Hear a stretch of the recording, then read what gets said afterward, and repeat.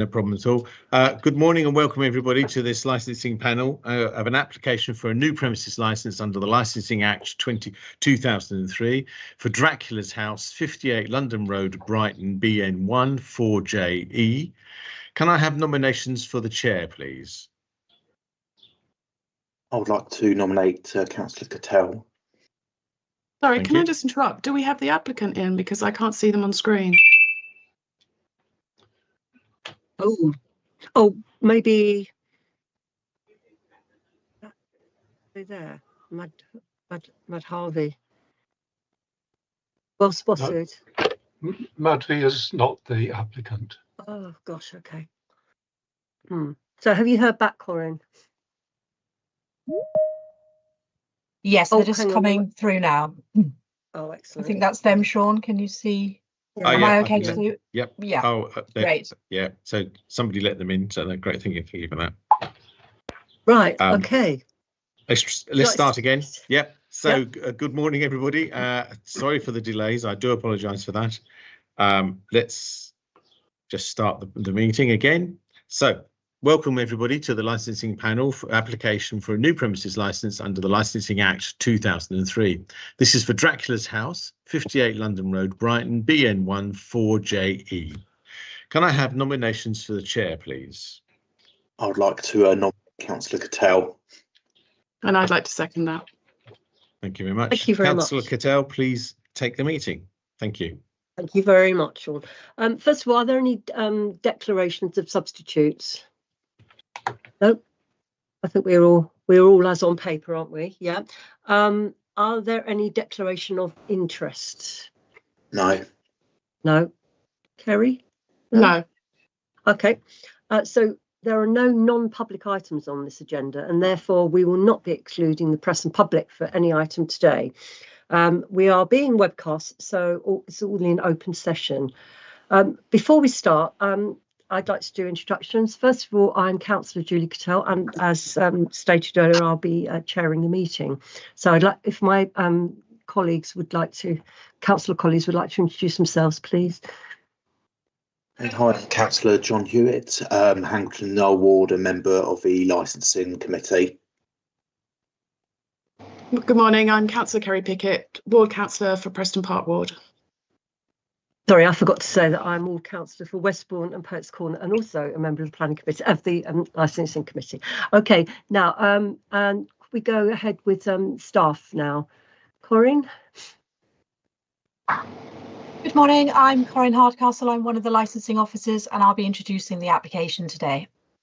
Thank you. And we've already heard from Sean, who's clerking the meeting. Rebecca?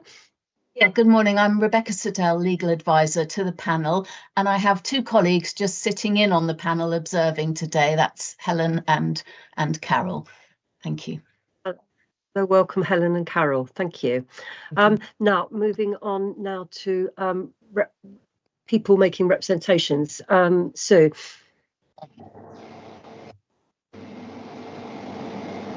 Hi, I'm Councillor Sue Shanks. I'm councillor for West Hill and North Lane, so this premises is in my ward. Okay. I'll just go around us on my screen. Ashok. Hello. Hello. Could you just tell us why you're here? Are you a local resident? Are you? Yes. I live, the Providence Place right behind London Road. I've been here for 7 years. Okay. Okay, yeah. that's fine. Or just wanted to sort of a brief introduction. Okay. Now I've got Sarah. Ooh. Sarah, what are you doing there, girl? Are you back with us, Sarah? Is it me you're after? Yes. Yeah. Okay, sorry, I didn't have my microphone on. That wasn't me. Hello, good morning. Oh, Sarah Booker-Lewis, local democracy reporter for Brighton and Hove, representing the news media for the majority of the city. There are actually quite a few people that have got their microphones on, which might be the issue with the feedback. Okay, yes, actually, could I just say, when you're not speaking, if you could just take your microphone off, that's very helpful. Okay, then I will go on to Madhavi. Did I pronounce that correctly? Yeah. Oh, yeah, hi there. I'm Madhvi Lata Bodaluri. I'm a resident of London Road. Okay, thank you. I'm a member of Thank you. LAT. Thank you. Philip? Philip Wells. I'm elected. I'm Oh my elected God, chair of the London Road Area Local Action Team, and I've been doing that since about 2009. Thank you. Thank you. Chandra? Hello. Hello, Chandra. Sorry, is that correct pronunciation? Yeah, it's Chandrakant. I'm a resident in the near Preston Park area. Also, trustees of the Black and Ethnic Minority, just behind the London Road area. Okay. Oh, yeah. BC Impact. Yeah, that's great. I think that's everybody. And finally, we have the applicants. I don't have any names. You've just come up as Dracula's House. Would you like to introduce yourselves, please? Hi, I'm Ivana. This is my husband, Yonat. Hi. He's the one that's made the application. I'm just here to assist and witness. Okay. Could I just so you're did you say Ivana? Yeah. Ivana, yes. Yeah, and could you spell your husband's name, please? Sorry. Yeah. It's Ionut from Tango. Right, Ionut. Yeah. Is that thank right? You. Is that about right? Yeah. Okay, Yeah. That sounds perfect. Thank you. Okay, thank you. So yes, if everybody could just turn off their microphones for the time being until we're speaking, and I'll just carry on with the you know, the kind of procedural business. Okay, so as Sean said, this is an application for a new premises license for Dracula's House, 58 London Road, Brighton. And as I said, please turn off your mic and your camera if you're not speaking. Now, first of all, we will have representations from the licensing officer, and then questions from the panel, and any questions for the panel, and then after that from Councillor Shanks and any other local residents and representatives from the LAT and the BMECP. Then any questions in relation to what's just been said from the applicant. So first of all, it's councillors, then objectors, and then questions from the applicants. Then after that, it will be the representation from the councillor and the residents and the LAT and the trustee, which we've already met. And then after that, representation from the Ward Council, members of the panel will be asking them questions, and then any questions from other parties, questions in relation to what's just been said from the applicant, and then I'll carry on with the rest of the procedure once we get there. So if we just start now with representation from Corinne. Thank you, Chair. And good morning, everybody. This hearing is for an application for a new premises licence for Dracula's House Limited at 58 London Road to allow alcohol sales off the premises from 8 AM until 9 PM on Mondays to Saturdays, and on Sundays from 9 AM until 6 PM with the same opening times. 13 representations were received to the application. They were received from local residents and a local councillor. Representations had concerns relating to the licensing objectives of the prevention of crime and disorder, the prevention of public nuisance, public safety, the protection of children from harm, and upholding the council's statement of licensing policy.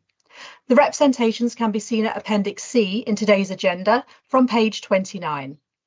The applicant agreed conditions with Sussex Police to be attached to the premises licence if it's granted, and these can be found at Appendix C in today's agenda from page 53. These premises fall within our special stress area as defined in the Council Statement of Licensing Policy.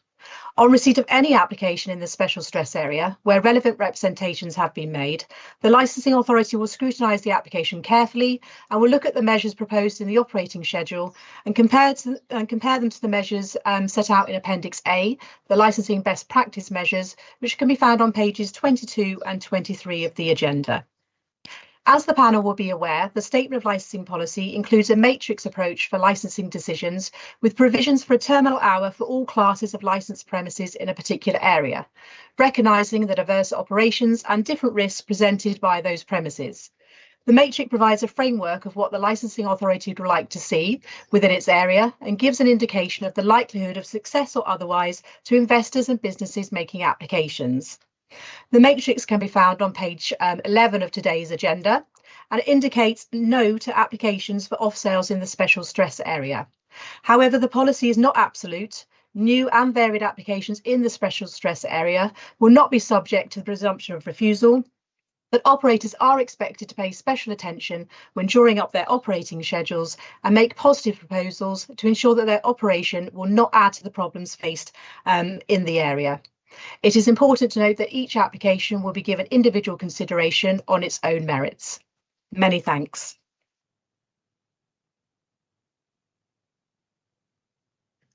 Yes, thanks very much, Corinne. Any members of the panel, do you have any questions of Corinne? Yes, please. Hi, Corinne. Just wondering, has this premises ever been awarded a temporary event notice in order to sell alcohol? Not with the current operators, or yes, it's currently previously. No, these are brand new operators. The premises historically have been licensed. The actual building, it was previously, I think, in its first origins, a Pizza Hut. Then it's gone through various sort of incarnations. It was the Eastern Eye restaurant for quite some time, but for since 22, that license has been suspended. So that's how come a brand new one's been applied for. So these current applicants haven't had licensed premises there. They haven't been awarded a temporary event notice. I think it's only recently sort of opened, but historically there has been a licensed premises there. Yeah, thank you. Terry? Can I just ask, sorry, this was actually going to be a question for the police, but as we don't have a representation from them, I'm just wondering if you are able to answer this question. It's related to the other premises in the area that sell alcohol. Do we have any statistics on how many other premises sell alcohol currently in that area? I do have the figures for off sales. I've just kept it so just off sales in the area. Yeah. We've calculated that we have 7 on London Road, but very close to it on Preston Road there is 6. Thank you. So we would class sort of 13 off licenses in this particular area. Thank you. That's all my questions. That's going along sort of northwards along under the railway bridge, railway arches. The Preston Road part, yes, that's right. Yeah. Yes. So the London Road we have calculated from the Aldi store on the corner, just before you get to the level, all the way sort of down to Preston Circus. So if you're just counting that part of the road there, we've calculated 7 off licenses, but obviously fairly sort of closely in the Preston Road part, just where the Joker starts on the corner there. Oh, okay. And so Sainsbury's, sorry, the Co-op hasn't got a license, has it? To sell alcohol. The Co-op has further up the road. Yes. Oh, so so the Co-op does have, and also we've got Audi sell. Yes. Is it little Audi? Yes. Yeah. Yes. And so Sainsbury's just up, just on New England Quarter. That will have as well. We haven't sort of put that within our calculations, but Audi has a license until 11 o'clock, and the Co-op has one till 11 o'clock as well for off sales. The Co-op used to be a larger sort of store, and then they got their license when they reduced their sort of store, so there was already a license there effectively. Oh, they already had a license, right? Okay. That's great. Yeah. Thank you very much.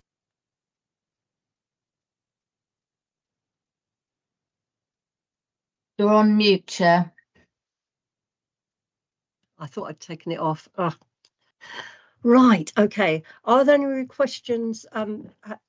Would Councillor Shanks like to ask any questions? Sweet Chair, if I may, I've just got one before we move on. Oh, yeah, sure. Sorry, John. Yeah, I was off the screen for a second there. Yes. Thanks. No, so thanks. So following on to Kerry's question about how many off licenses are in that area. So out of the 13, Corinne, are any of those deemed as sort of specialist off licenses, such as, you know, like this potential one is, you know, specialising in sort of Romanian products? I mean, we obviously have like sort of Aldi and Co-op, as I've said, who, you know, are sort of the stores. The rest of them were sort of granted quite a few years ago prior to, so I don't know about their original sort of applications.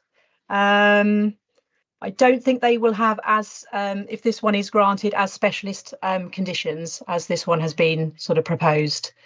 I think some of them are quite historical, the off licenses along there, so they might not have too many conditions at all. Okay, well, thanks, Sam. Thank you. Okay, thanks, John, and thanks, Corinne. Okay, Sue, is there anything you'd like to ask of Corinne? Yeah, how, I mean, I'm not quite sure when the special stress area came in, but how many off licenses have we granted? If you know offhand, since that came in. Well, I think when it sort of like expanded as well, I think that was, just trying to think, so 2016, I think. Rebecca, I don't know if you know. I'm just trying to have Sounds about right. I think, I mean, it got expanded in 21, but I think, let me just see if it says in the executive summary. But what I don't know exactly the date of that, but what I do know is from the calculations that we had on London Road, the last one to be granted along there was 2019. And that was, as I said, for the co-op, which, as far as I understand it, did already have a license. And then when it reduced in size, received a license as well, but it was already part of the footprint. But that, okay, because that was the last off license that I could see that was granted in that area. Because that was a new building, wasn't it? There. Yes, they had to sort of. I think they were building sort of student accommodation above, and I think there's like Nando's along there, so they sort of split in size. So I think they've got a store sort of half the size now, but because that had already been there, it was deemed already as part of the footprint, I would imagine. But that was 2019. Okay, thanks very much. Any other questions, Sue? No, I don't think so at the moment. Thank you. Ashok, is there anything you'd like to ask Corinne?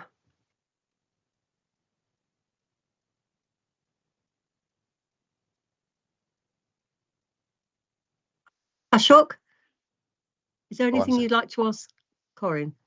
No. Okay, thank you. Philip. Yes, please. I did raise this with Corinne earlier about the police conditions where they say 80% of alcohol sold, and Corinne kindly explained that actually means 80% of items on sale. So out of every 10 items, 8 of them would be of Romanian origin. I just want to point out that what Corinne's understanding of it is not actually what the police say.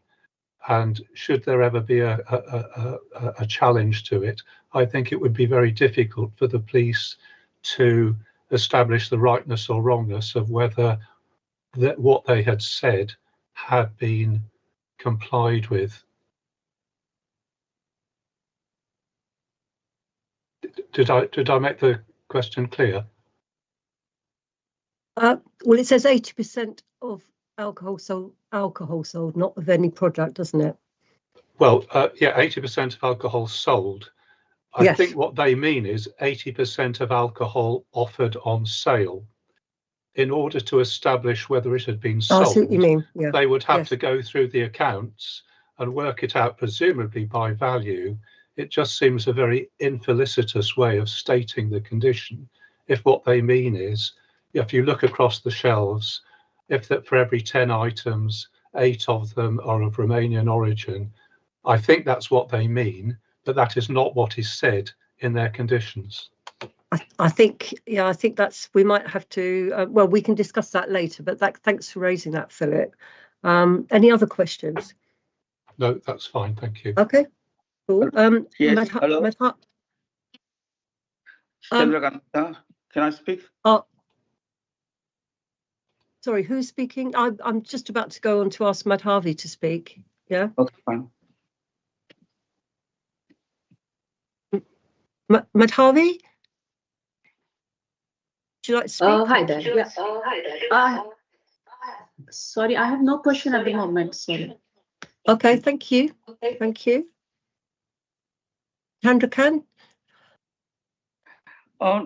It says that there will be no advertisement outside the premises, you know, but I can notice that there is already a sign saying that alcohol will be sold from this premises. There is already a sign already, they have put one. So what does that mean? There will be no external advertising outside premises of alcohol. And they have already got on their facial board saying alcohol. Yeah, I understand. Okay, so that's something we can discuss later on, because yes, it is. We can see it there. We've seen the photographs. Okay, we can discuss that later when we speak to the applicants. Thank you very much. I think that's all from the objectors. Ivana or Ionit, would you like to speak? Would you like to ask any questions of Corin?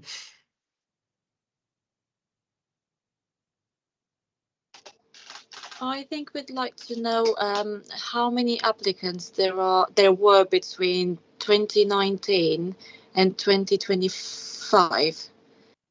How many applications were made for a for the alcohol or like off license? Alcohol. Yeah. Okay. Yeah.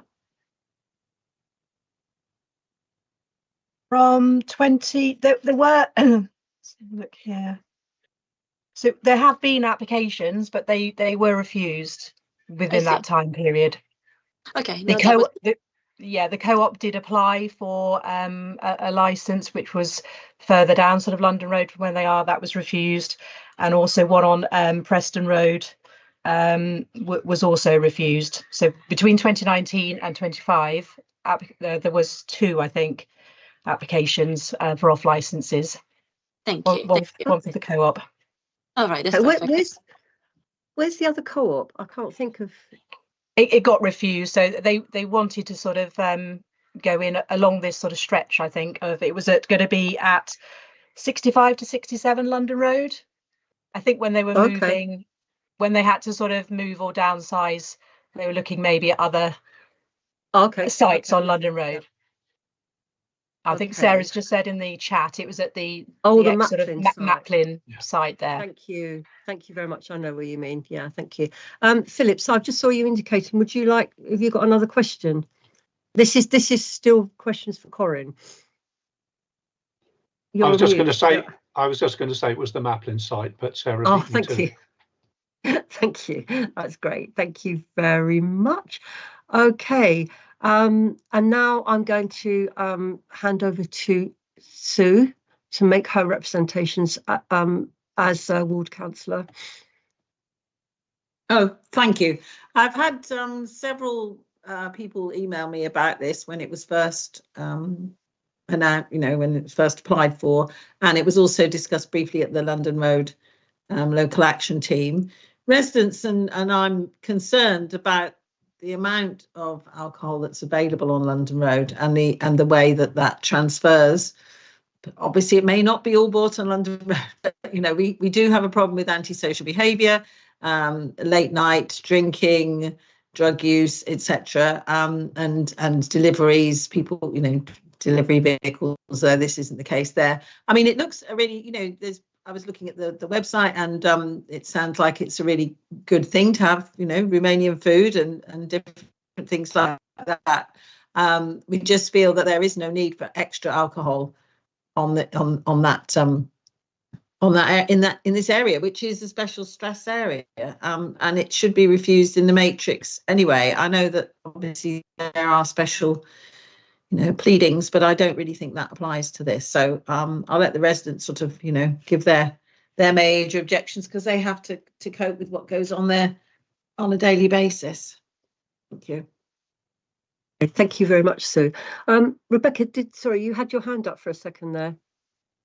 Yeah, no, through you. I was just going to suggest, seeing who wanted to speak, or in which order, but okay. That's fine. Okay.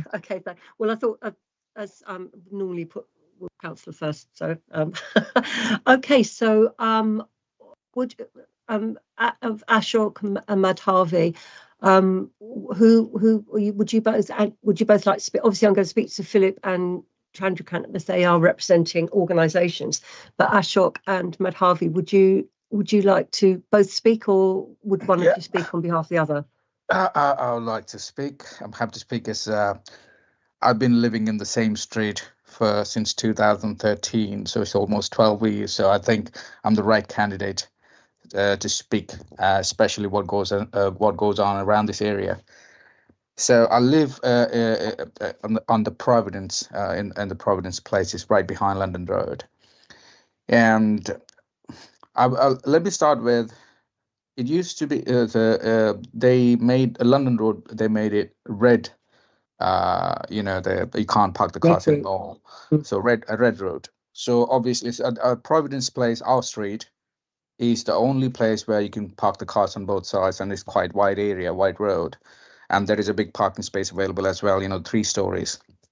So people usually park here, and especially Friday night, Saturday night, it is a hell, because the people drink, and there are a lot of empty cans of beer and glass bottles all over the place, and I see young teens doing the skating with the alcohol, because there's an elder place. It's a steep hill where you take the steps and you go to the what is it called, the New England Road. So it's kind of a steep hill, and they do and I've seen the young teens doing what is it called, the shopping carts as well sometimes, and the roll, and it's quite dangerous. And also, especially Friday night, Saturday night, I've seen so many people urinating on our street. It's unimaginable, and I'm not sure if the council is still deliberately doing this to drive the families away from this, and maybe the council doesn't want the families to live here, especially with the young kids. And all I can see is the students. I don't have a problem with them, but the students and alcohol, I don't know. What do you expect? There's so many student houses recently opened. I've been here for 12 years almost in this same street. The buildings upon buildings, the student houses and alcohol places. The Providence Place, the street where I live. You go to the left, there is a off-license called AM/PM store. And just 10 seconds later, you have another one called, I don't remember the name, a Smoke Mart, I guess. You walk another 10 seconds, there is another off license right next to the bank Nationwide. And you walk another 5 seconds, you have Co-op. You walk another 10 seconds, you have Aldi. There are so many alcohol places already. I don't have the people, the Dracula Health, the people seem really nice. I don't have any objection opening another food, maybe, what do you call it, the Romanian special food. I have Romanian friends as well. But alcohol, I think it's not a good idea, because we have to face, the local resident, the people we live here, we have to face the consequences. And I can give you the cases as well. For example, I park my motorbike right behind the London Road, which is Elder Place. So that's where the motorbike parking is there. So I park my motorbike there. The people, young people, I've seen with my own eyes, right in front of me, they pried open my top box of the motorbike and took the stuff away. I've been to the police station, complained to them. They registered the case. They said, we will look into it. I know they have less resources. They don't have the time to look into these things. And over the last couple of years, they stole my mirrors of the motorbike. There's so many things happening, and I don't know who to talk to be honest. But I strongly, the social, it is not the same place as it used to be when I first moved here. It is definitely not family friendly, and there are a lot of drugs happening on our street. And the urination, I can take my laptop right now, and I'll show you my street. You can see the marks of the urination along my street. I can show it right now if you want it. It's so disgusting, and actually, especially Friday night, you can't walk alone with your kids. Night means I'm not talking about 10 or 11 p.m. I'm talking about 8 o'clock, 9 o'clock. You can't walk. If the council doesn't want the families to live here, no problem. Please do let us know. If you only want the students in this area, no problem. Thank you. Is there anything else you'd like? But I strongly object for any more alcohol places in this area, please. We can't talk to teens. We can't tell them what to do. I mean, the skating on this that elder place, alcohol bottles, empty cans all over the place. And please, please do visit our street. The Providence place is called right behind the London Road. If you have a time, I'm not talking about Friday, Saturday night. Maybe come on the weekdays, Tuesday, Wednesday, and I will show you the urinate. How many places actually you can see the marks of the urination. It smells so bad. And I have to go through this street to go. There is a church in the corner, and I have to when I go to the Aldi. So I've been going to Aldi and Sainsbury's, New England Road. There is Sainsbury's. Another one is Aldi. And Co-op. So I have to walk through this street with a little kid, and the smell. Okay, thank you. Every 5 seconds there is off-license shop. It used to be vibrant. 12 years ago, there used to be a Muplin, electronic store, then food joints. There is the Indian restaurant used to be there before. The same place where this is a new place. They're trying to start a new business. It used to be vibrant, but last couple of years, all I can see is the barber shops, barbers, and vape shops, and off licenses. Thank you. Is there anything else you'd like to add before I move on to Madhavi? Ashoka, can I move on to? Sorry, but anything I. Sorry. Can Ashoka, have you finished your representation? Yeah, I'm finished. But in conclusion, and one sentence, I would like to say, I strongly object for any more alcohol places, please. Thank you very much. Thank you. Kerry, you'll get the chance to ask questions when I've heard from everybody. Is that okay? Thank you. Okay, Madhav. Sorry? Oh. Sorry, I apologised. You don't have to do that. Okay, Madhavi, would you like to?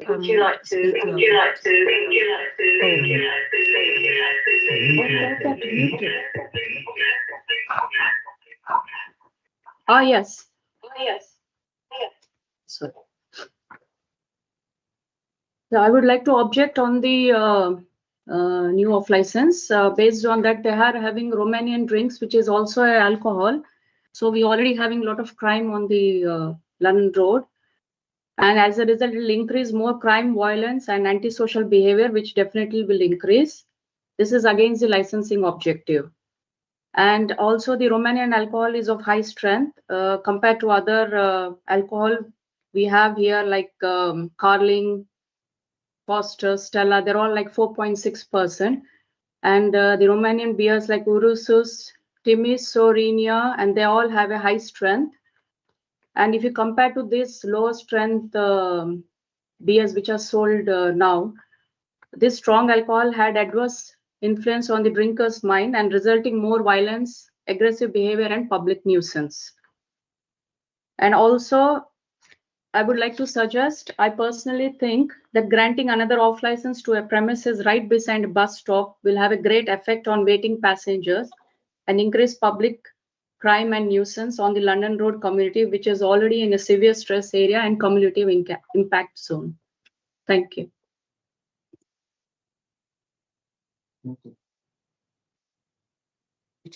Sorry. Thank you very much. I'll now move on to Philip, representing the LAT.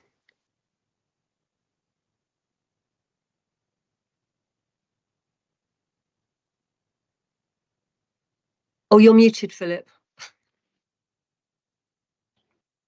Try again. Yep. That's okay. Okay. Thank you very much, Chair.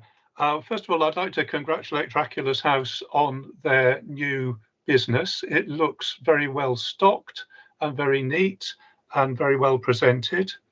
However, having said that, the local action team has historically asked the licensing panel to abide by the terms of the matrix because we are in a special stress area, and as people have eloquently said, there are a lot of problems in this area and we don't want to add to them. So the licensing matrix presumes a no unless there are exceptional circumstances. And I would ask the panel to consider what sort of precedent they are setting and what sort of exceptions they are looking for. And it seems to me that simply being well run does not constitute an exceptional. I mean, all off licenses ought to be well run. So, as in my representation, I won't go over the problems again, but I'll just say that the LAT has historically advocated impartial application of the criteria by the licensing panel, and that has included Co-op, International Wines a little while ago, and excuse me, perhaps others. I should apologise for one of the things I said in my representation. I questioned whether it was going to be a small convenience shop. Now, I've been and had a look, and it is actually smaller than I thought, because I think some of the area has been, some of the floor area has been taken up for other purposes. My only other comment is, I think it is very unfortunate that the placard outside the premises already states off license. I think it's unfortunate. If it had said Romanian wines, it might be a little different, but it is advertising itself as an off license. And to my mind, this does demonstrate some of a lack of respect for process, because out of respect for the licensing panel, it shouldn't be said we've already got a license, and it shouldn't be saying that on the outside. So I think you haven't done yourself any favours by doing that. It does rather indicate a disrespect for the process, and then one would ask how many other examples of disrespect would carry on afterwards. So I'm sorry to say that, but that's the way it does strike me. And those are my comments. Thank you very much. Oops, there we go. Hang on, I just got to get back to the screen. Thank you very much, Philip. Now, Chandrakant, would you like to give your representations, please? Okay, my name is Chandrakant Mehta. I'm a trustee of the Black and Ethnic Minority. We got a premises behind London Road, and a lot of my committee members, as well as the people who are using the BMECP, uses the back stop at the bus stops opposite this premises, and also they use the bus stop where this premise is going to get the has applied for the off license. So most of the people who want to go to the BMECP has to go climb the spiral steps, and I find a lot of times when I'm using the steps, there are a lot of people sitting on the steps and having an alcohol, and it's not really very pleasant. And we also have a lot of homeless people sitting outside on London Road begging for money, and now if this premises gets off license, we might see homeless people sitting right outside the bus stop. So I think my main concern is, having more off license in this area is not going to be helpful. And so on that ground, I'm objecting it. And we also have a problem outside our BMECP. A lot of people are sleeping at night, and we also had a lot of windows being broken of our premises. So on that ground, I personally think it's not a good idea to have more off license because it adds to the problems. Thank you very much. Thank you very much. Okay, that's thank you very much for all of your representations. Colleagues on the panel, would you like to ask any questions of any of the representatives, including Sue? Oh, Kerry, yes. Thank you. My first question is for Ashok. I just wondered if Ashok feels there's a particular time of day that is particularly problematic, or a particular time of the week as well.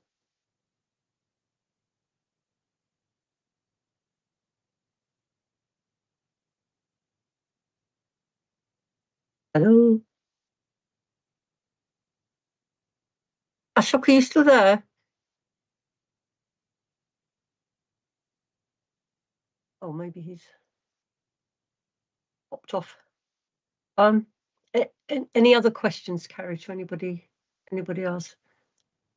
So I do have a question in general for everyone. I'm just wondering what their feelings are about the police conditions, and if there are any of the police conditions in particular that they're not very happy with.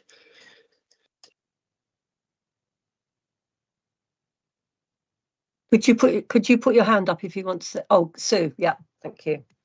I mean, I think the police conditions are reasonable if you're going to grant a license. I think that, we're starting from the premises that we shouldn't grant an off license there for the reasons that people have already said. So I think, after that, yes, of course, if you decide to do it, then the conditions are fine. I'm not sure how easy they are to enforce, as Philip Wells has said, in terms of the proportion of Romanian liquor or, and I mean, we know that enforcement's quite difficult in those areas. In those areas of actually getting somebody quickly if something bad's happening, because of the way that, you report to the police. So we're always hearing that, people see things going on and they report them and then nothing happens. So I think, yes, it sounds good on paper, but the argument is don't grant them a license. So. Thank you. Any other? Sorry, I'm just still waiting for any questions of any of the objectors. Oh, there you are, Ashok. Yes. Hi. I think Councillor Pickett would like to ask you a question. Sorry, I went to the loo. Sorry. That's right. Hi, Ashok. My question is there a particular time of day that's particularly problematic for you, or a time of the week that you think the problem is actually worse? Problem is worse, especially over the weekend. And during the weekday, I would say after 6 o'clock in the evening time. But weekend, anytime, to be honest. The people hang out here because there are steps there where you can access the New England Road. So it's like a steep hill. The kids, especially the young teens, they hang out with a can of beers all the time, doing the skateboarding, sometimes using the shopping cart, because I used to work in New England House, the building over there. So I'm living in the street for the last 10 years. So I quite know about this area very well. I mean, if they drink in a pub or some other place, if they go home, no problem at all whatsoever. But because of these shops, they get the cans, beers, and they hang out, they leave the bottles here, and they shout, they scream, especially weekend night, 7 o'clock, 8 o'clock, people back hang out in this area, and they scream. And 9 o'clock, 10 o'clock, 11 o'clock, it is actually even worse. Thank you. Thank you. Thank you. Thank you very much. Councillor Hewitt, is there anything you'd like to ask Ashok or anybody else? Question was going to be directed to Philip, please. Hi, Philip. So you mentioned in your representation that the premises currently got a sign above the door saying off licence. Is your objection or your point you were making in reference to they were being preemptive of receiving a licence, or was it against the condition 6 in the agreed conditions with the police that there'll be no external advertising outside of the premises for alcohol, or indeed both? Well, I think the answer is slightly both. I was a bit puzzled by the external advertising. I don't know whether it meant outside the boundary of the premises or on the boundary of the premises. I was a little bit puzzled about that. I think the thing that I have to say grated with me a little bit was advertising we've already got a license when they hadn't. And if the notification on the billboard had said Romanian wines, I would feel that that was so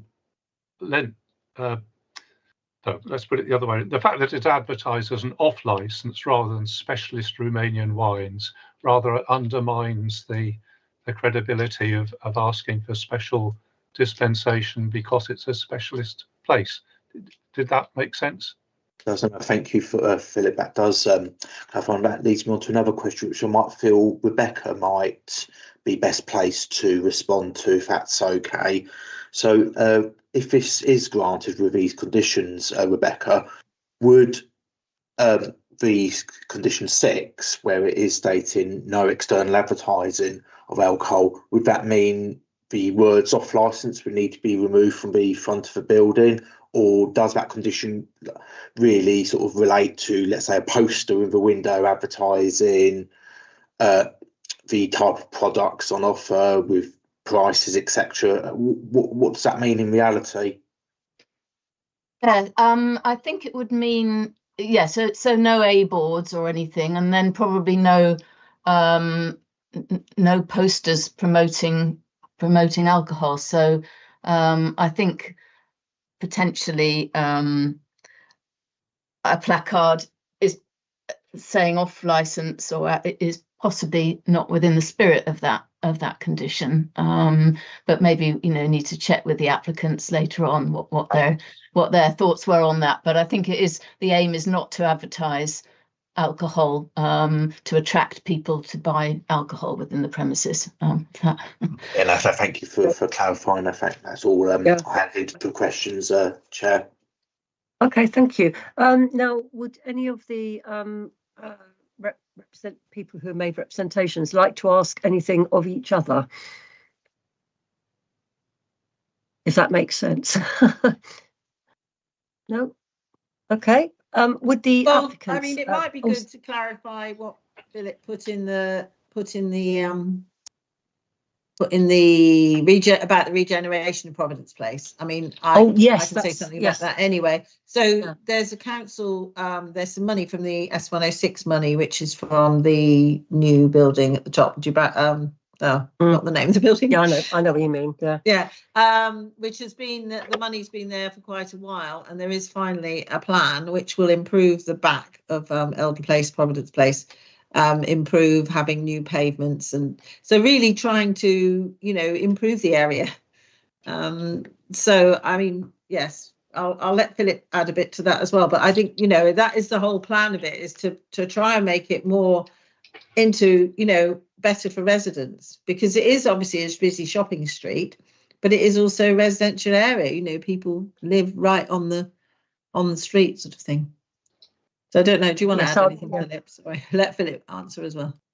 Yeah, I expect it's slightly off topic, but if Ashok is interested in joining forces in really trying to make Providence Place, Elder Place a much more cared for area, we've been trying to facilitate that for a long time, and it looks as though something's about to happen. So there is a bit of good news on that. I would be happy to join the forces if need be. Super. Yep, you've got another recruit for the lap, Philip. So thank you very much. Perhaps you would like to communicate off the meeting so that you can get Ashok involved. I mean, I know a little bit about that, Sue, and yeah, the project is ready to roll. Subject to a little bit more funding, I think, but that's good, and I think that's very positive for the area. But however, we have to look at things as they are now. So that's what we need to do when we make our decision. So can I just ask, is anybody else want to ask each other questions, or can I move on now to the applicants? No, okay. Would you like to ask questions of any of the people who've made representations? Ivana or I on it? You need to unmute. Yeah. There you go. Yeah, we don't have questions. In terms of the sign where it says, or the poster it says off license, we didn't meant to do nothing. We didn't meant to show that we have a license. I will say it's our mistake. We didn't want to offend no one that we have applied the license. We have the little blueprints in the window. That's when we print out the banner, the poster. We have this is a second store that we have. We have one in Horsham, and we were thinking like to copy paste the same poster and have it down in Brighton. To be honest, I didn't expect to have problems with the licensing. I'll be honest, I haven't researched the area to see. I didn't know that it's a problematic area, and I do say sorry for that. But we are not here to basically like increase the rates of drinking alcohol in the streets and making people to come in and buy our alcohol. Our range is very short. The store is not. Sorry, I was just about to say. The next thing we will do is get you to put your case forward. So yeah. So it was just if you wanted to ask any questions, but I think you've got it in your mind that you want to respond to some of the things that have been said, which is fine. So before we move on, would anybody like to take a short break, or is everybody fine? Put your hand up if you need a break. Nope, not seeing anything. That's good. So oh yeah, Ashok, yes, you need a break. I'm just going to go grab a coffee. Okay, so should we take a 5-minute break? So if we're back, well, it's just coming up for 10 past. If you say 15:15, yeah? Is that okay? Good, right, thank you.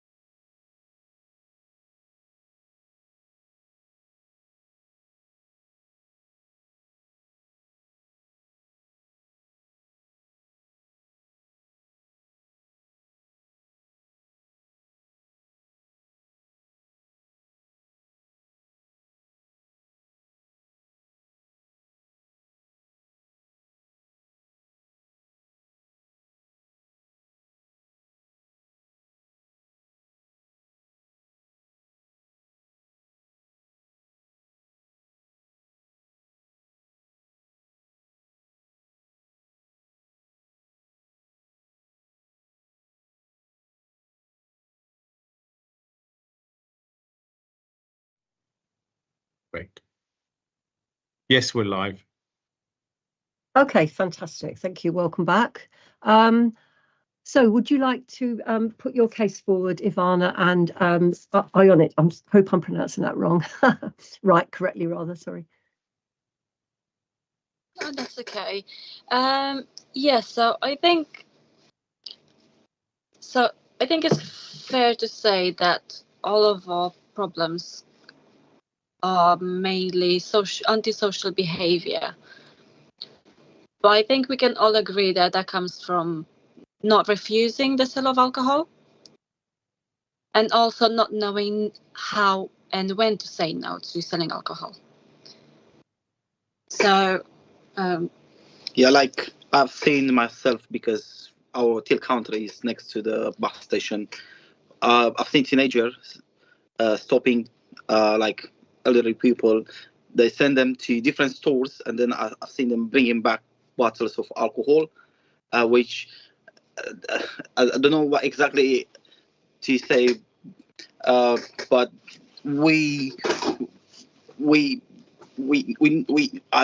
I think what we're trying to say is we're open to working with the council and with the residents. This is not something that we want to see. We don't want to see teenagers outside our store or any other store on the street paying other people off, adults, to go and buy them alcohol. So, we're more than welcome to report, try to stop, let's say, work with you, with the residents and with the council. Let's say our alcohol, when we meant by 80%, and we have agreed with the police, we meant to have like the stock that we have. I mean, if we can get the license, it's going to be very limited. We not going to sell, because we don't have such providers from UK to have alcohol. We don't work with providers from UK to sell any wines, any spirits. The only kind of alcohol, let's say, we will have, it's only two type of beer, which is Corona and Heineken. That's why we're gonna use these two brands that we're gonna we if we can, to sell them in our store. But whatever is left is coming from Romania. So plus the cheapest bottle of wine, let's say, in our store, it will be at least £7.50, because we need to pay the custom, we need to pay so many things. We can't sell a bottle of wine with £4 or £5. Then in terms of, this is also what attracts antisocial behavior, cheap alcohol. There are drinks in our store, in our Horsham store, for example. We have bottles of wines that are £16, a bit over £16. So yeah, they are quite expensive, but I think the cheap alcohol, this is what really attracts antisocial behavior. And also, like I said, not knowing when to say no. If you see that someone's already intoxicated, you're not going to sell alcohol to them. And also, it's they don't even have to be intoxicated. It could be just someone aggressive towards you, or towards someone that's, like I said, we have a clear vision to the outside. Our till counter is right next to the window and to the bus stop, so we do see what's going on in the street.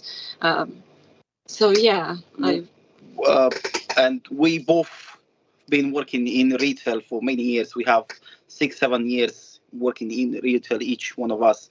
We know how to face and challenge when someone is underage or when someone is drunk. We're gonna follow all the procedures that we have in place as the policy requires. We have CCTV in place. We're going to have a tracker with training to train people as well. But most of the time, it's going to be either me or my wife, Iona, that's going to be in the stores. And we're not going to tolerate anyone.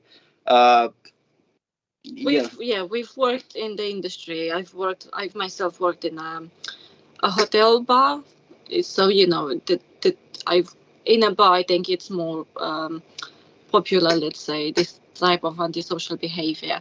So yeah, I know how to redirect, let's say, how to not let it escalate to the point where they turn, aggressive or. But yeah, we do have the experience. We've both worked, for example, myself, I've worked at Gatwick Airport since I was 16. Gatwick is very busy, but also very safe. So I did learn a few things from the airport itself, not just the stores that I've worked at. So I know what to look for, and yeah, also my husband, yeah. Our designated supervisor, it's actually our mom. So it's my mom and my mom-in-law. Yeah. She used to work for COP for many years. Not COP, sorry, One Stop. One Stop for many years, and she knows exactly what to do and how to do. Even though, and we are very strict because we have as well a kid, and we want to teach him the right way. We don't consume alcohol. It's if we have some alcohol, it's going to be only if we have like a special occasion, nothing like that. I believe our operating time is quite short than others. It's from 8 to 9 o'clock. Right now, I will be honest with you, there is no sales in the morning at all since we opened. It's been nearly 2 months, and there is no sales. And we were thinking to even basically start to open from 9:30 until 9 o'clock. Sunday is shortest day. I believe most of the problems comes after 9, and we are close. We're not gonna stay longer than 9 o'clock in here. I've seen there people saying that our alcohol is strong. Yeah, there is one type or two type of alcohol that is strong, but as well expensive. One bottle of let's say of that kind of alcohol, it's 45. They range from 45 pounds to 65 pounds. I don't think someone is going to come in here and spend 45 pounds in a bottle if they don't know. If someone comes in to have one bottle like this, I'm sure they're not going to come to have it on the streets. They're going to have like maybe something like an occasion or to try something new. There is no teenager come in to spend 45 pounds for a bottle of alcohol. In terms of, I can say right now, in terms of our range, we only aim to have, let's say, 6 types of beer, no more than 6 types of beer, including the UK one. And in terms of alcohol, we're gonna have just like classic red wine, white wine, and rosé, which is gonna be like 10 bottles each. In terms of spirits, we're not going to sell much spirits because we can't import too much spirits because they are very expensive and the custom is very expensive as well. We're going to have like, let's say 6-7 types of spirits and nothing else. We're going to have a very short range of alcohol. Let's say we have a poster that because right now we are trying to clean the windows because someone has done some graffiti on our windows. We do have a sticker on place. In that sticker, I can guarantee there is no saying that we're selling alcohol. We're basically focused on selling our meat products, smoked products, fresh cakes, dairy products, pastries, bread, these kind of products. Maybe they're mainly European products that you can't find them in Tesco or Sainsbury, or if you go to One Stop or anywhere else. Yeah, that's pretty much. Yeah, I think I agree with Philip on this one. I think we're more of a grocery store rather than an off license. Yeah, because I believe we have 2,000, maybe over 2,000 products that we sell, and they are everyday necessities. For example, we have dishwashing liquid. We have bread, milk, butter.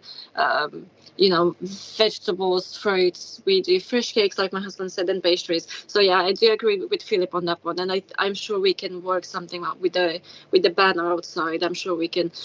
The only reason with the banner was we like my husband said, we have another store in Horsham, so it was just easier for us to just transfer it to Brighton to go under the same name and under the same banner, and yeah. But yeah, I'm sure we can work something out with the banner. Maybe just wipe it completely. Wipe just off license. Romanian store, Romanian products. And yeah. I'm not sure if anything else. Okay. Are you happy that you've made your pitch to us, as it were? Yeah, I mean. Yeah, the main points. Yeah, the main points were it's Romanian alcohol, so it's not something that most people are familiar with. Someone who's already intoxicated will not want to come in. This is the only reason we're bringing prices. We're mentioning the prices because someone who's intoxicated would not want to come in and spend, 10, 15 pounds for a bottle. Okay. And also the stock, like I said, we have over 2,000 products. I think the alcohol is there. It's just an extra. It's just an extra upselling, let's say. And especially it's for everyone who wants to know, the Eastern European food or drinks. But I think maybe mostly for those who would like to remember, like, what type of drinks they had when they were back home. So it's more of a memory. Okay. Well, you will get another before we close down and that we go into a session where we deliberate what the decision will be. You will get the opportunity to do a sort of summary of what you said. So if you wanted to think about doing that, while over the next half hour or so, you will get that opportunity to summarize what you said. Now I would like to ask, if you finished, I'd like to ask Councillors Hewitt and Pickett to see if there's any questions they would like to ask. And I think I know that Kerry's got one, haven't you, Kerry? Yeah. Thank you. Yes, thank you. You've answered most of my questions, but I've got a couple. So can I firstly ask, if you weren't granted an alcohol licence, would you still want to continue trading? Yes, definitely. Yeah. Like I said, it is a grocery store, and this is what we're trying to bring to Brighton: the Romanian products. The smoked meats, the fresh meats for the barbecue, the cakes. We have so many people come in and they say, "Oh, I feel like I'm on holiday abroad," because everything is so familiar to the European and the Eastern Europe type of food specialities. So yeah, we'll definitely continue trading. Yeah.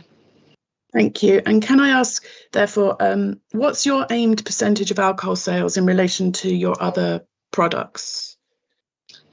I would say 5%. Yeah, 5% of our overall. Okay.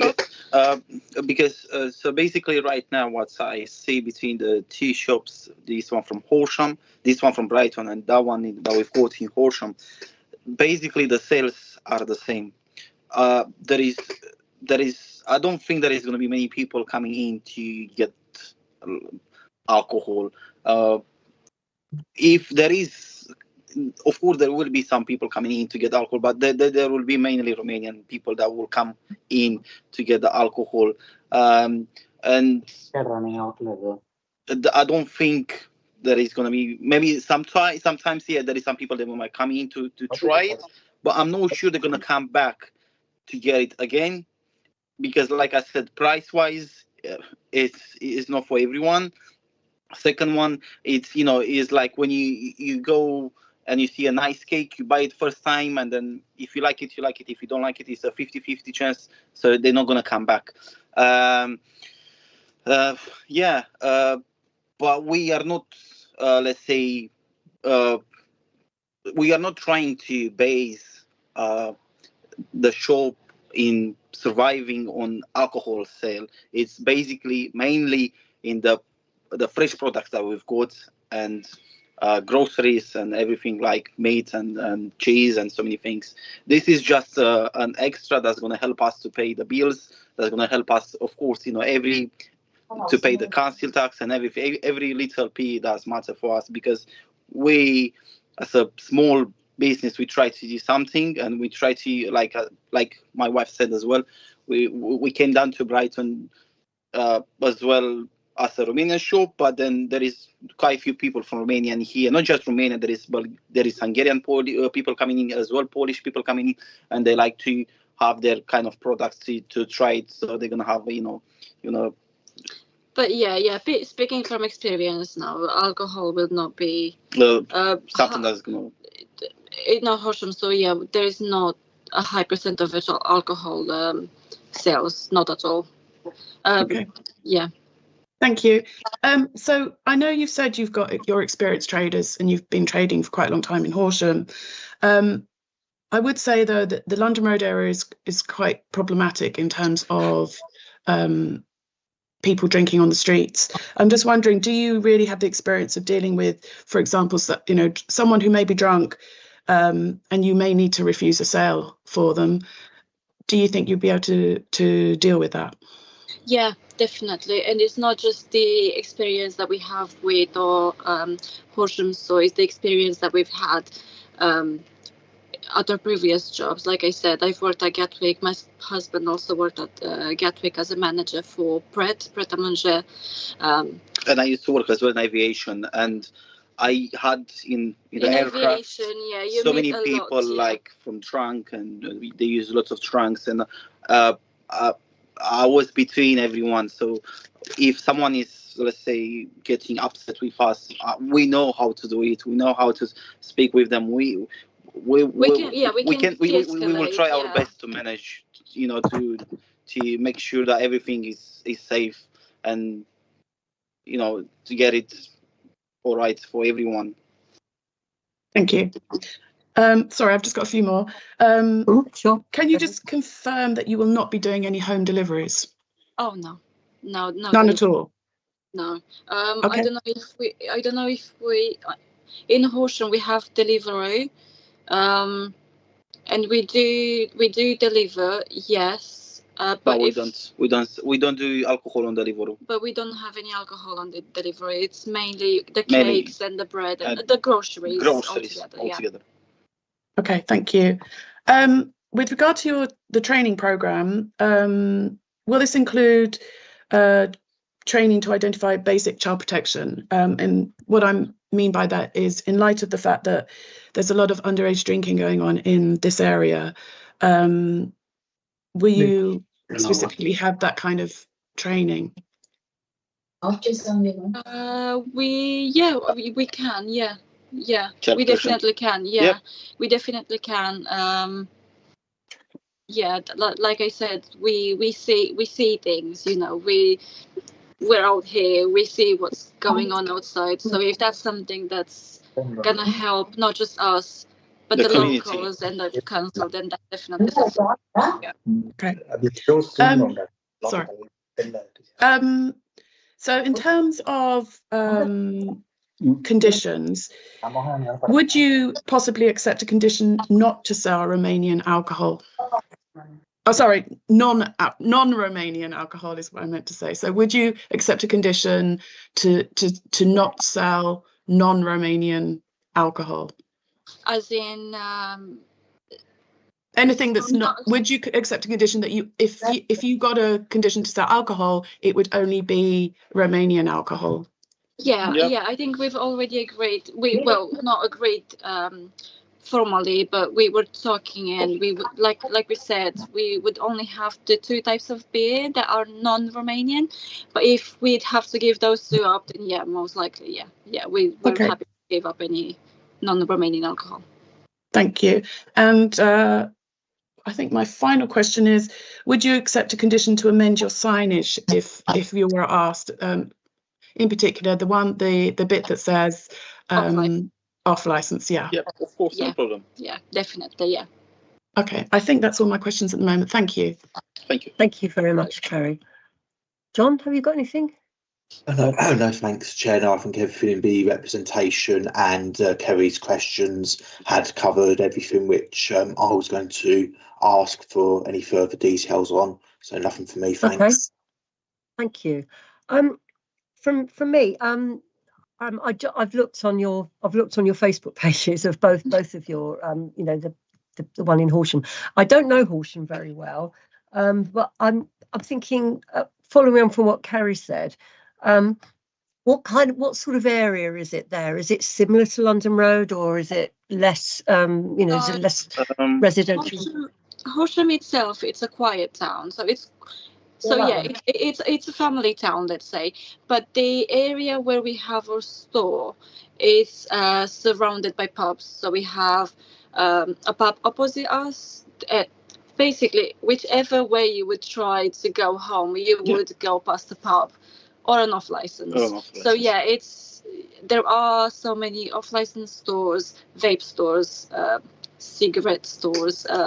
So yeah, it's, let's say, the Horsham Town Centre altogether.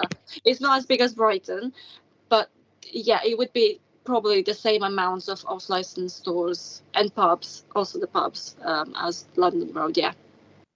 Okay, and what conditions have you got on your licence in Horsham? Was it similar to the things that, you know, have been requested of you here? No, we didn't have any conditions, didn't have any objections. We just we just got the license. This is also why we got the sign with the off license. I'm with you. Yeah. And have you had any incidents where you've had to call the police, or any sort of complaints about antisocial behaviour or anything? No, and there is the same problem, like oh, I can't remember the name. Is it Ashok?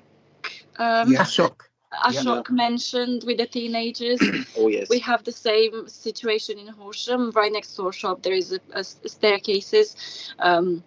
So yeah, we did have teenagers, and you know, come in, and they, like we said, this is why we brought it up with the prices and the Romanian alcohol, because they come in, they see that they don't understand what is written on the bottle, or they look at the prices and they turn around and go somewhere else. And also with the intoxicated people, we know how to de-escalate the situation, like I said, speaking from experience. So yeah, we're quite strong on not selling to intoxicated people or teenagers, or yeah. Okay, oh, that sounds great. Thank you very much. Now I'd like to go over, ask, first of all, I'll go to Sue. Is there anything you'd like to ask of the applicants? I think I'll let the other objectors ask questions, really, because I think we've probably got similar things. So I might come back, but I'll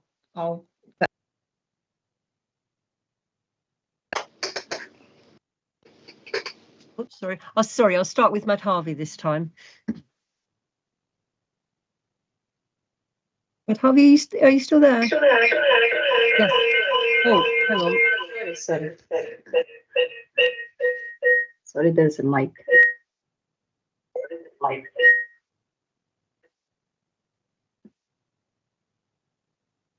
Oh yeah, my objections are, I think I'll go to separate room. There's echo coming.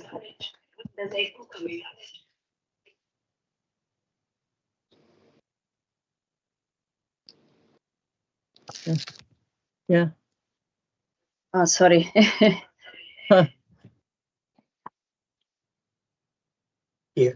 Yeah, my objections are, as you said, that this is quite expensive beer and spirits you're selling, so it will attract a lot of shoplifters, and which will be right outside the bus stop, and it will be given a lot of antisocial behavior, and given the spot outside the bus stop. And I would like to think that I would really strongly object to this license, because as they said, even if they don't get the license, they can be good with the Romanian products, So I think that's what we need in this community, rather than having one more added alcohol and giving more stress to the already impact zone and the cumulative stress area. Thank you. Oh, sorry. Oh, sorry. Would you like to respond to that? Yeah, so in regards to the shoplifting, when we opened the store, we agreed to have 2 people on shift for safety reasons, obviously, and for shoplifting reasons also. So our monitor, where we have the CCTV and we see all the... Sorry, I can't hear. Can you hear me?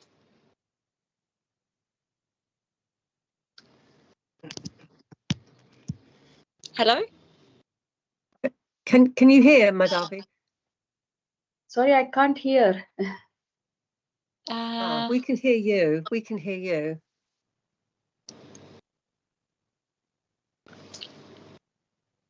A problem. I have my mic on, don't I? I think I do, yeah. Yes, you do. You do, yes. Yeah.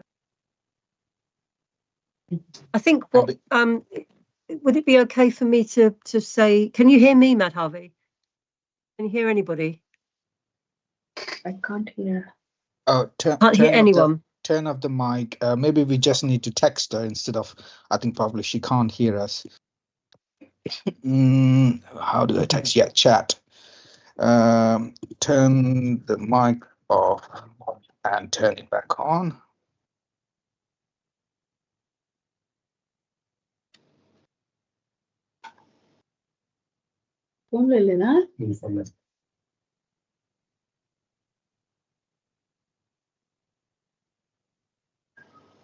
I hope she's reading the text.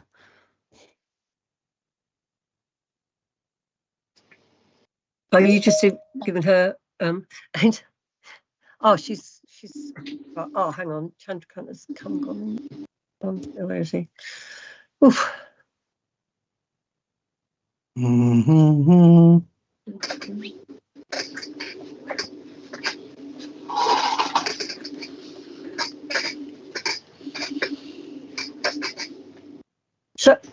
Shall I move on to Ashok while Madhavi gets her text sorted? Yeah. Ashok, would you like to ask your questions? Let's go that way. I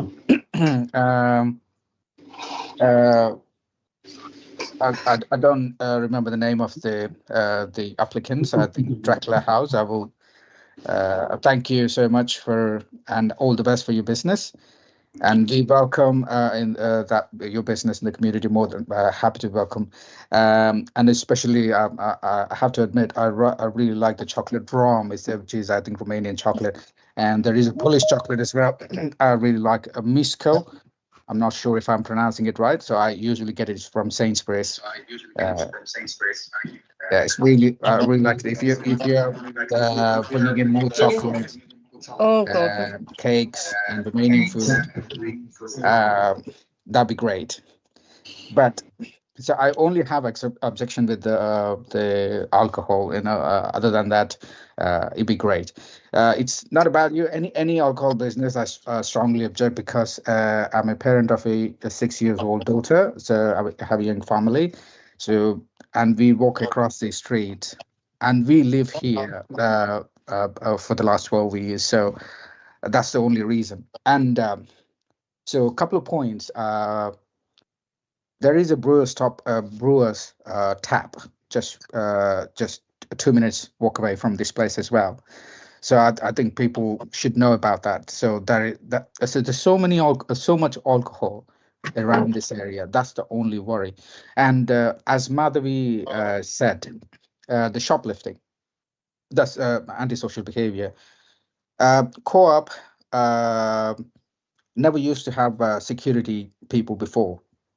So if you go back like 2018, 2019, they never had security people. And in the last 4 or 5 years since COVID, so they started with 1 security guard, now 2.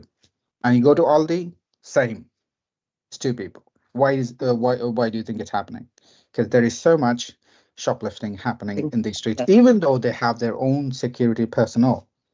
You know, forget about the CCTV. They have their own security personnel, and this still happens, because I've seen with my own eyes where Ashok. Sorry, yeah. Could you, what we're looking for is for you to put questions. So if you could put a question about security and shoplifting. So I think that's what Ina was doing when we lost contact. So would you like?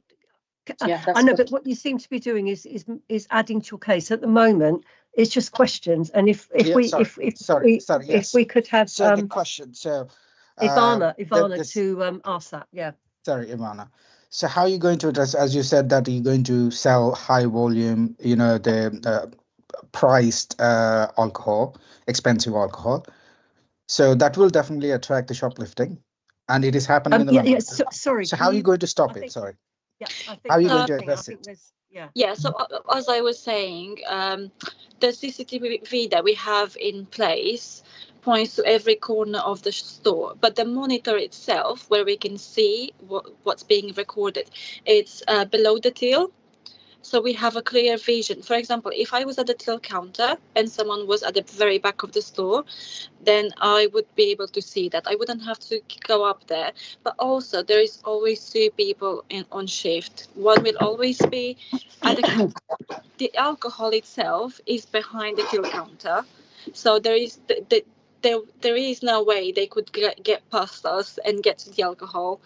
So yeah, we'd be in the way, and this would be a completely different case if But yeah, I would say we're quite a safe store, and I'll say that because, for example, with Aldi or Co-op, they're big commercial industrial stores, and they have different. They have so many what do you call it? Options, just corridors. Not corridors. Forgot the name. Yeah, there's so many points where you can't really see. Yeah, but also, like you said, they're big stores, and I think with shoplifting, you can't really help it. If someone's wanna come in, grab something from the till counter and run, the only thing you can do is run after them. But as to the alcohol shoplifting, we are there. There's always someone there. That's why we have two people on store, on shift. So there is always one at the till counter, and the other one, it's either restocking the shelves or having a walk around. It's a small store, so there is not much where you could go. But yeah, there's always two people, and we'd always be there. So, sorry, further to that question. So, what about the oversight? So, as you're an owner, are you going to oversee this operation of the business? Are you going to come here every now and then, or quite often, or so? Are you just going to leave it to the employees? So we don't. At the moment, we only have one employee. So this is a family business. We run a family business. So it's myself, my husband, and my parents. My parents are over in Horsham with my brother. Here it's myself and my husband. We take turns because we also have a 2-year-old. So yeah, we work from 8 o'clock in the morning until 9 in the evening. So yeah, it would always be myself, my husband, or one of my parents. But yeah, always one of us. Thank you for addressing my questions, and I hope I'm really sorry, but I hope you understand as a mother of 2-year-old. So what my concerns were. Of course I do. Yeah. Thank you. No further questions. Thank you. Now, Madhavi, can you hear us now? Yes. Okay, so would you like to ask your questions, unless they've already been answered? Oh yeah, I've already asked my question when I had that before the Ashok. But did you hear the answer? Oh no, I didn't hear the answer. That's when my connection had a problem. Yeah. Okay, so you think, has your question been answered? Have you heard the answer? Because your question was about shoplifting and security, wasn't it?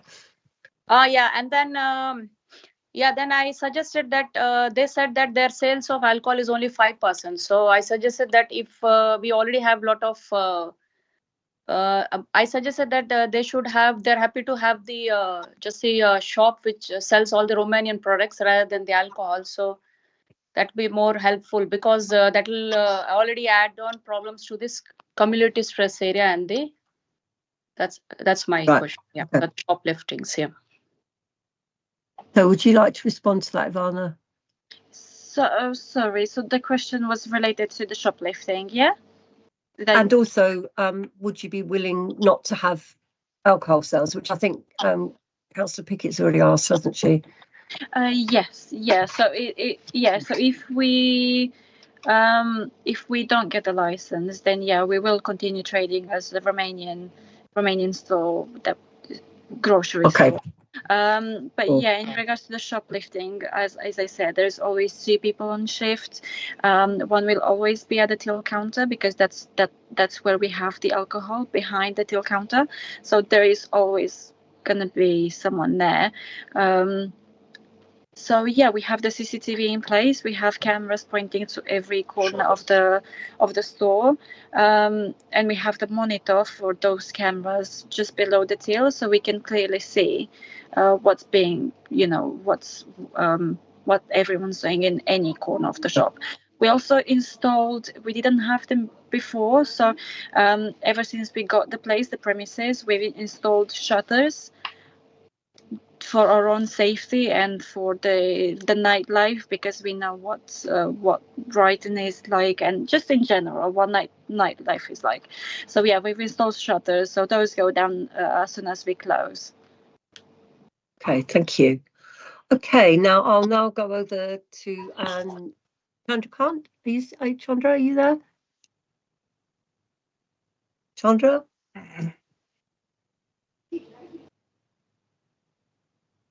Okay, I'll go back to Philip and then we'll go back to Chandrakant after. Hello. Oh, hello. Oh, hello. Sorry. Sorry, Philip. I'll let Chandrakant go first. Would you like to ask any questions of the applicant? Hello. Yeah. Would you like to ask questions of the applicants? Yeah, I mean, looking at the floor space where the alcohol is going to be kept, it's not very clear. Is it going to be behind the till all the time, or just outside the till as well, outside the area?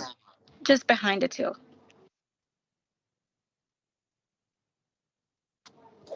But so I can go upstairs. I'm at the store right now, so I can just show if that's acceptable.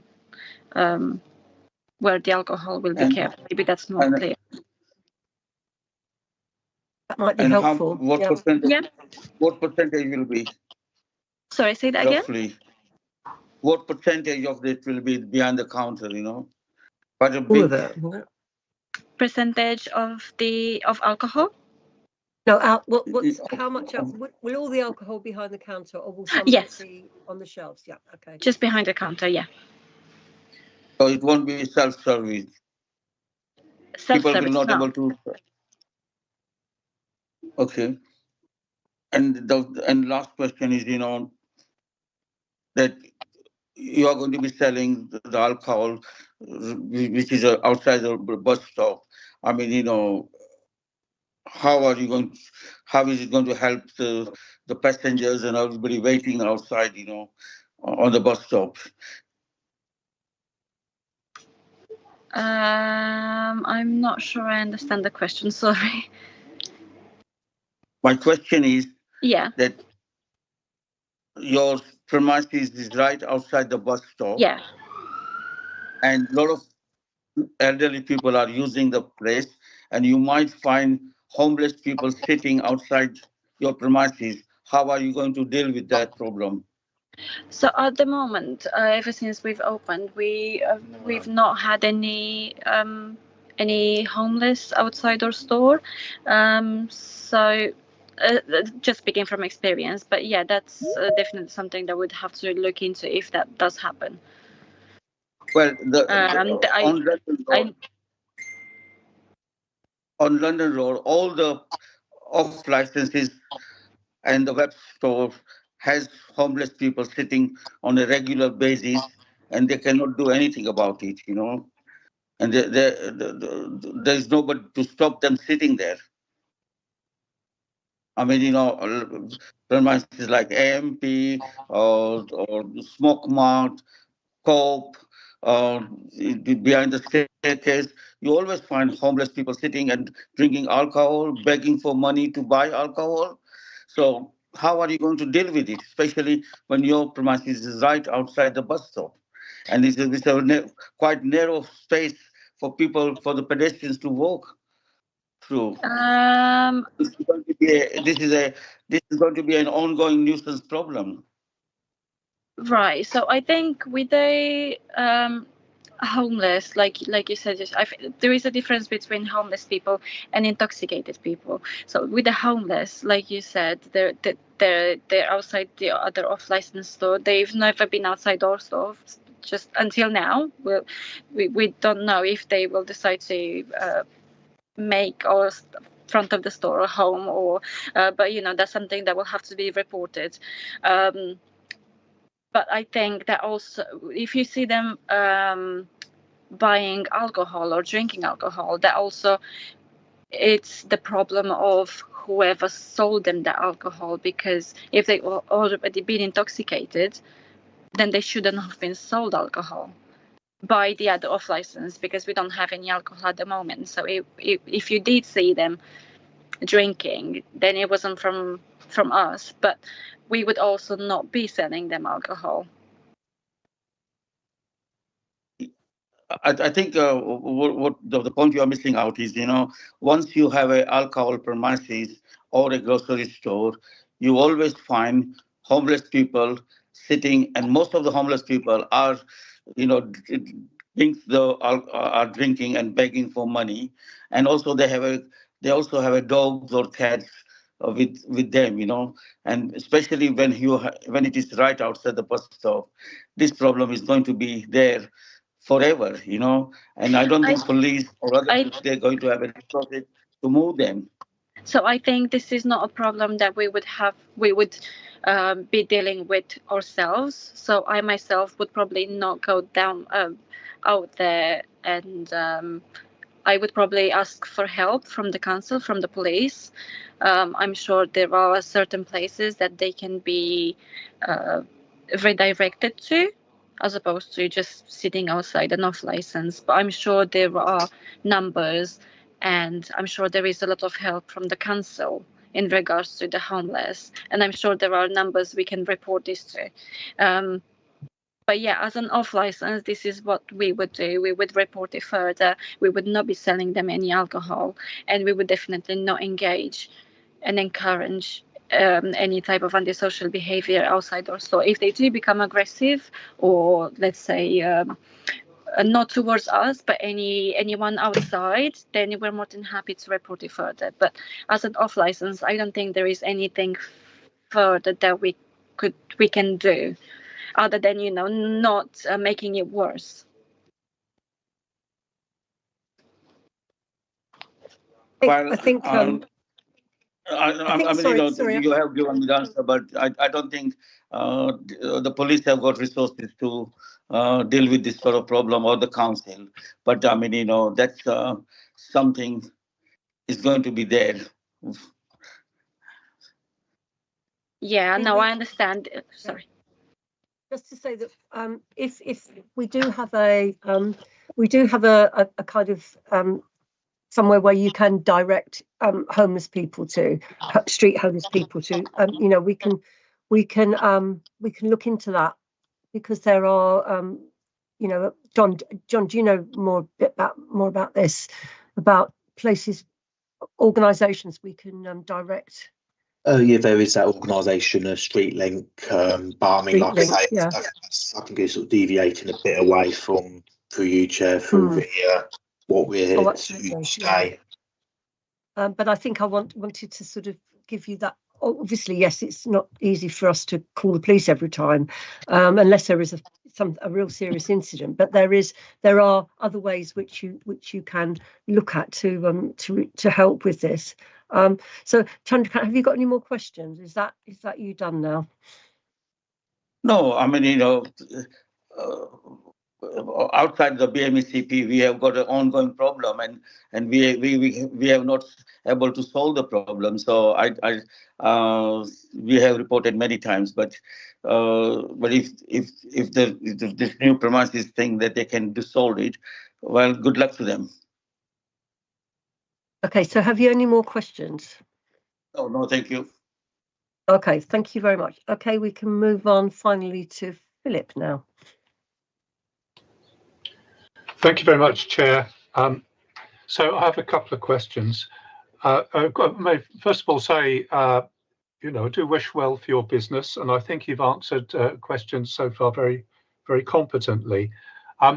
You said that when you applied for the license, or when you set up the business, you weren't aware that this was a special stress area. Could you just say, I mean, you've talked about your professionalism and experience. How come you didn't catch that your business was in a special stress area? It's probably because we're not, we ourselves don't live in Brighton, we live in Horsham. The only places that we're familiar with in Brighton would be what's it called? The pier where most tourists go. But other than that, we're not really familiar to Brighton. Okay. In order to make a successful application, in my understanding, you would have to show exceptional reasons why the matrix would be disregarded in this case. And I think in some ways you have in the things you've said, rather than the things that you wrote, you have begun to make such a case. You've been talking about a limitation on the number of products, a limitation on the number of beer products, a limitation on the number of spirit products, a limitation on the cheapness, so my question is, if you had known beforehand that this was a special stress area, would you have altered your application in any way? Is that if we would still have applied for a license, or if if you would have mentioned other factors for the panel to take into account that you didn't mention in your first application? I don't think so. No, I'm not 100% sure I am. I mean, let me help you, because Councillor Pickett had said, would you be prepared to accept a condition to say we will only sell alcohol of Romanian origin? If you had realised you were in a special stress area, would you have put something like that in your original application? Yes, we would, because so we've never planned on selling any other type of alcohol other than the Romanian alcohol, because that's why that's why the name also Dracula's House. We wanted people to know that it's Romanian products. So this is what our intention was. Let's say just Romanian products, Romanian alcohol. There is many people who come in and you know, they ask, oh, I traveled to Romania last summer, do you have this, for example? So yeah, this is what we were trying to do. So even without a license, we would have still went further. If we knew this was going to be, there was no way we could get the license, we would still like to have this one place in London Road. Okay. Can I ask a question? The application as it's written and the police conditions have put certain limitations on the sale, and even as we have spoken, other sort of limitations have been discussed. Does the license, I mean, this is really a question for the chair, I think. Does the licensing panel, in their discussions, can they elicit further conditions to apply, or are we already past that?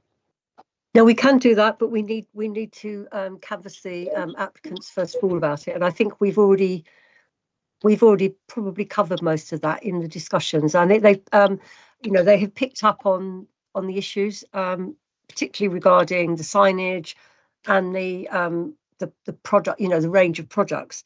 So if they're happy with that, then we can amend the conditions as required, if we are in agreement to grant the application. Yeah, it just seems to me that in the course of discussion, reasons to consider it exceptional have sort of been mooted, and it's up to the panel to see whether they're convinced to make an exception or not. Okay. Yes, that's what we normally do. I mean, we have had these sort of discussions before and picked up on anything that we think is sort of not exceptional. I won't use that word, but an exception that can lead to a granting of a license. We've done it on a number of occasions, and we picked it up. I think it's been very clear what's been said. So, but thank you for raising it, and thank you for your very positive comments. That's all of you actually have made very positive comments to the applicants. So if there are no more questions, I'll just do a quick run through. Would anybody like to? Ashok, would you like to ask any more questions? Are you okay now? That's good, fantastic. So now sorry, Philip. Is that Philip? Who was that? Ashok. Chandrakant, yeah, sorry. I mean, when we talk about Romanian beer or Romanian alcohol, so what's the difference between compared to other alcohol, increased alcohol or in the taste or even in the cost-wise? Is it Romanian alcohol expensive or is it cheaper? I mean, alcohol is alcohol, Well, I'm not sure people would agree. I mean, I think one of the main questions is its strength. I mean, there are different tastes. I mean, I've just come back from a week in Belgium, and there are hundreds and hundreds of beers there, and they're all different, and they're all very strong. And I think that's one of the things that we will be looking at is the strength of the beer as well. And it's also the opportunity for people to perhaps taste beers from other countries, but again, that's something we will have to talk about. But if you could just perhaps you could just talk about the strength of the beer. The Romanian alcohol is not available in other parts of Brighton. Sorry, is the Romanian alcohol not available in Brighton in any other premises? Not that we're aware of now. There are no other Romanian stores. I know there's lots of Polish stores, Polish shops, but yeah, not Romanian. I don't think the Polish stores sell any Romanian alcohol. And just on the strength, what's the typical strength of your beers? Do they range like Belgian beers? I'm gonna have to ask my husband because I don't drink myself. Yeah, it's not going to be more than 4.7. 4.7. That's the. Yes. Oh, thank you, Rebecca. Well, just to say, in the police agreed conditions, there is a sensible on strength condition about none over 6%. So that would apply to normal beers, I think. So that's just. I think what I was doing was just kind of double checking for for everybody to listen to. So that's. I think we probably got all the information we need now. And I think now we need to move on to summaries. Let me the summaries. First of all, a summary from the licensing officer, then the representatives from the ward and the area, and then the applicants themselves. So are you ready to? Are you ready, Corinne? Do Yes, I am. Sorry, Yes. Okay. How about that point? Okay, now Sue, are you going to do representations on behalf of residents, or would I think one person? Yeah, I can do. Yeah. Or yeah, I'll Okay. say something anyway. Yeah.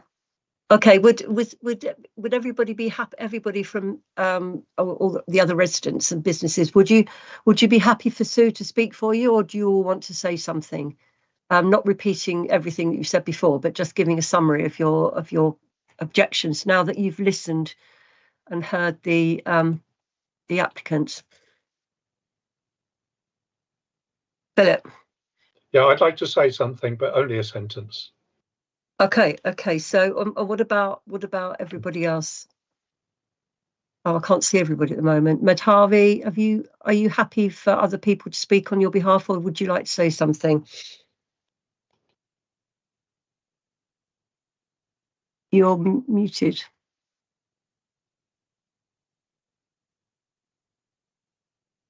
We can't. Would you like to say something? You're muted at the moment. Oh yeah, sorry. Okay. Oh yeah, I will listen to everyone's first, and then if is there anything to be added, I will add at the end. Thank you. Okay, now who else have we got? Chandrakant, was there anything else you'd like to would you like to do a summary, or are you happy to listen to the others?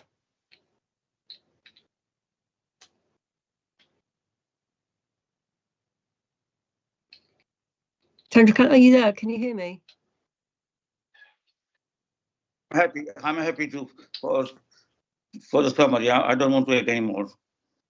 That's great. That's cool. Thank you. Okay, so Sue, would you like to kick off? Okay, thank you. Yeah, I think we've heard the major concerns. Oh gosh, sorry, Sue. Sorry. Oh, it's Corinne first. Sorry. Corinne, I'm sorry. It's very hot. And it's been a Sorry, long day. I won't be long. I promise. That's fine. Thank you, Chair. This hearing was for an application for a new premises licence for Dracula's House Limited at 58 London Road to allow alcohol sales off the premises from 8 AM until 9 PM on Mondays to Saturdays, and on Sundays from 9 AM until 6 PM. You have now heard from all the parties present and seen all the paperwork. Licensing guidance states that in determining the application, with a view to promoting the licensing objectives, in the overall interest of the local community, the licensing authority must give appropriate weight to the steps that are appropriate to promote the licensing objectives, the representations, including supporting information presented by all the parties, the licensing guidance, and its own statement of licensing policy. The licensing authority must carry out its functions with a view to promoting the licensing objectives, and our policy is framed around those objectives. Each application will be given individual consideration on its own merit. After considering all the relevant issues, the panel may grant the application subject to such conditions that are consistent with the operating schedule. If the panel decide to grant the application, any conditions to be added to the licence to meet the licensing objectives should be clear, precise and enforceable. Alternatively, the licensing authority may refuse the application on the grounds that this is appropriate for the promotion of the licensing objectives. Many thanks.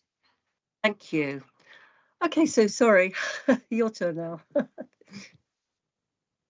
It's fine. I mean, I think Corinne's just said that about the licensing objectives. I mean, this is a special stress area, so it should, it is no in the matrix to say that we won't have any more off licenses. I think the general submissions by the local people is that we've got too many there. We're trying to improve the area, the 106 money, etc. There's been very active engagement in the local action team about crime and behaviour in the area. We've had lots of meetings with the police, etc. There's nothing, particularly against this new business. It sounds great, and they stock a good range. So I think my objection remains that there is no need for them to add alcohol to that. The position it's in by the bus stop, etc., and the young people. So whatever precautions they put in, if the license is granted, fine, that's great. But I think we should argue not to grant a license in the first place. Thank you. Thank you, Sue. Thank you, Sue. Philip, would you like to? say something? Yes, thank you. The applicants were not aware that this was a special stress area, and they were not aware that the presumed answer was no, and therefore they didn't present adequate reasons for changing to that policy. I think in the discussion they've sounded very professional, and they've sounded that they've made clarification and perhaps modification that might perhaps weigh with the licensing panel, but it's up to the licensing panel to see whether they've been persuaded to make an exception to the matrix. Thank you. Thank you very much. Where are we? On the other page, I have Ashok. Is there anything you'd like to add? As a summary, okay? Yeah, the food is I'm more than happy to welcome, but except so have my only objection is to alcohol. Other than that, new business, more than happy to welcome it. So that's it. To be honest, no further questions. Nothing to add. Thank you. But I only strongly object to alcohol. But anything else, no problem at all for me. Thank you.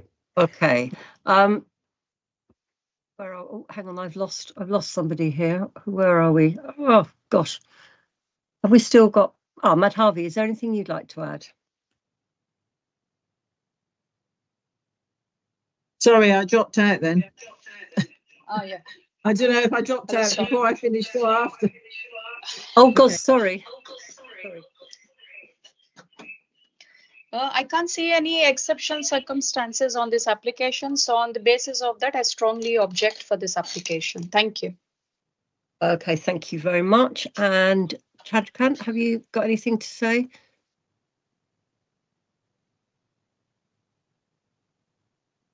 Hello? Chandrakant? Well, I think